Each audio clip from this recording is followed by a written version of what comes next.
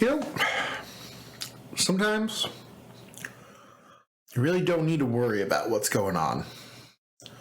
Just gotta take your ice cream, sit down, think about a list of stuff you got going on,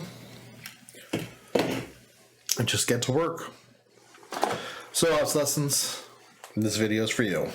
This ice cream's for me, though. You can have it. It's mine.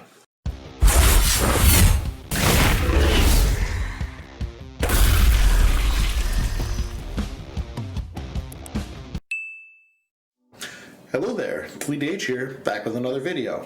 Today, we're going to go ahead and discuss the most important aspects and things you need to know going into Shadowlands on your week 1 adventure.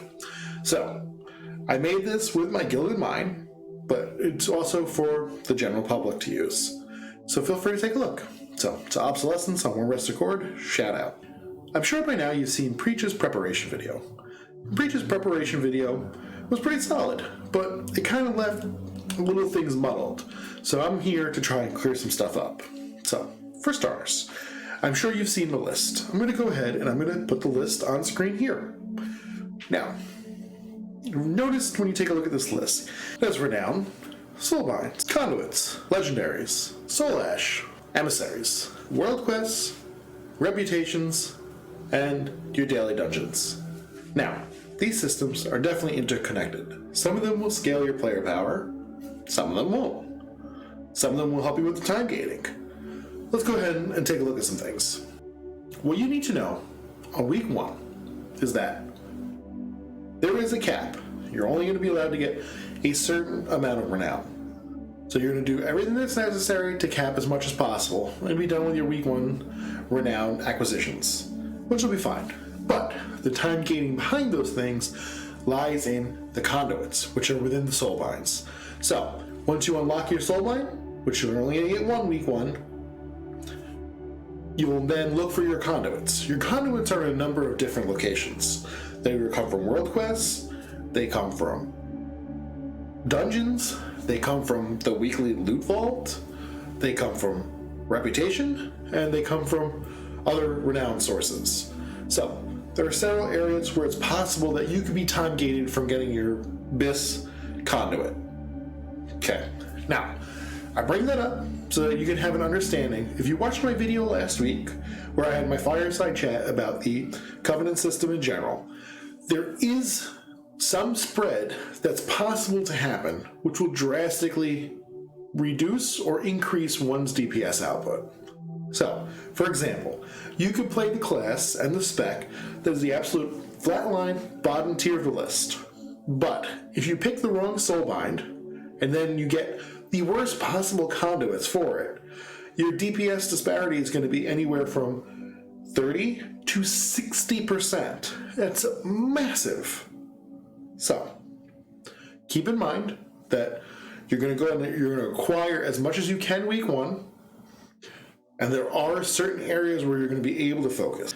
Now, I'm going to disappear from screen in a minute, and I'm going to leave you with a couple of flickering pages on the legendary acquisitions and where to get those items, because those also come from different locations, and I want you all to see it while we continue to have this discussion. So, keep an eye out for where your conduits are going to come, what your BIS conduits are, and where to get them, when to get them, how to get them.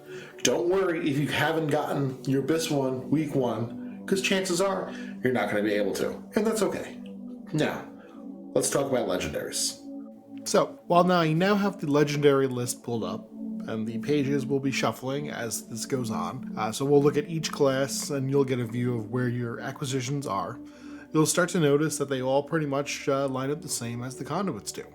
So you'll have some legendary recipes that are available in Torghast. Some legendary recipes are available from world bosses. Some are available from reputations.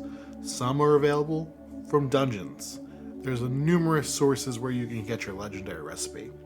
So what does this mean? Same thing as with the conduits. It means that there could be a possible time gating going on.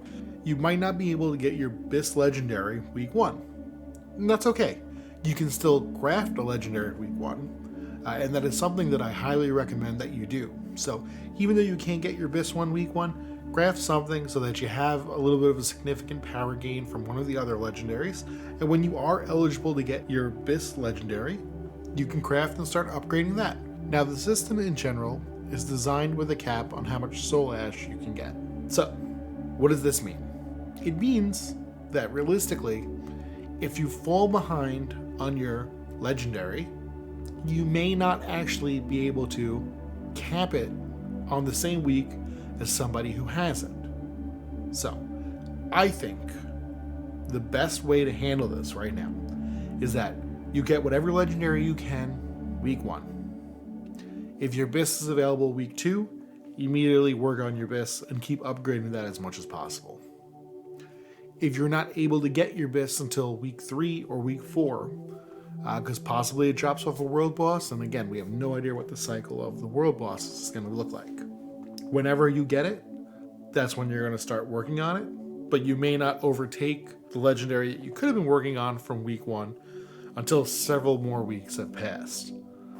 Keep in mind, there could be a little bit of a power discrepancy on your player character for several weeks, as you're playing now a unintended catch-up. So for week 1, what we'll be able to do is complete all your zones, do heroics, which will drop loot of item level 171, start your mythic zeros, which drops loot of level 183. Wait towards the end of the week so your Torghast run will be a little bit smoother because you'll have higher item level. So complete your Torghast stuff, unlock everything there, and you'll be able to begin crafting your first legendary if you're able to complete all your Torghast at the highest difficulty possible. The world boss may be available, so we'll down that as well. Week 2, the raid opens up for normal and heroic. The normal drops item level 200, heroic 213.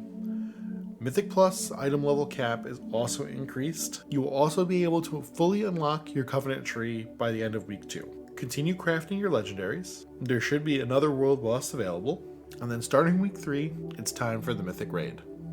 So gamers, let's get out there, get our ahead of a curve, get our cutting edge, and start the Shadowlands off with a bang. I wish everyone the best of luck. I'll be here if you need me for more advice. In upcoming videos, I'll have some more guides out, including some tutorials on some of the dungeon bosses, class guides, lore speculation, and whatever other fun creative stuff that we can come up with. I'll also be pushing keys, as I do every season. You can catch that and my rating on stream. I'll be announcing my new streaming schedule soon.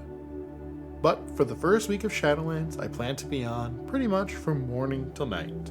Plan to do as many multi-hour streams as possible, just to bang out as much of the leveling experience and early soulbind and legendary acquisitions as I can. So, catch me on stream at twitch.tv/DeleteDH. You can find a link to it in the comments section below.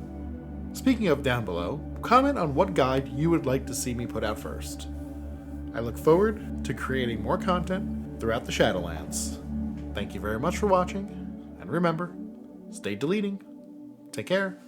Bye.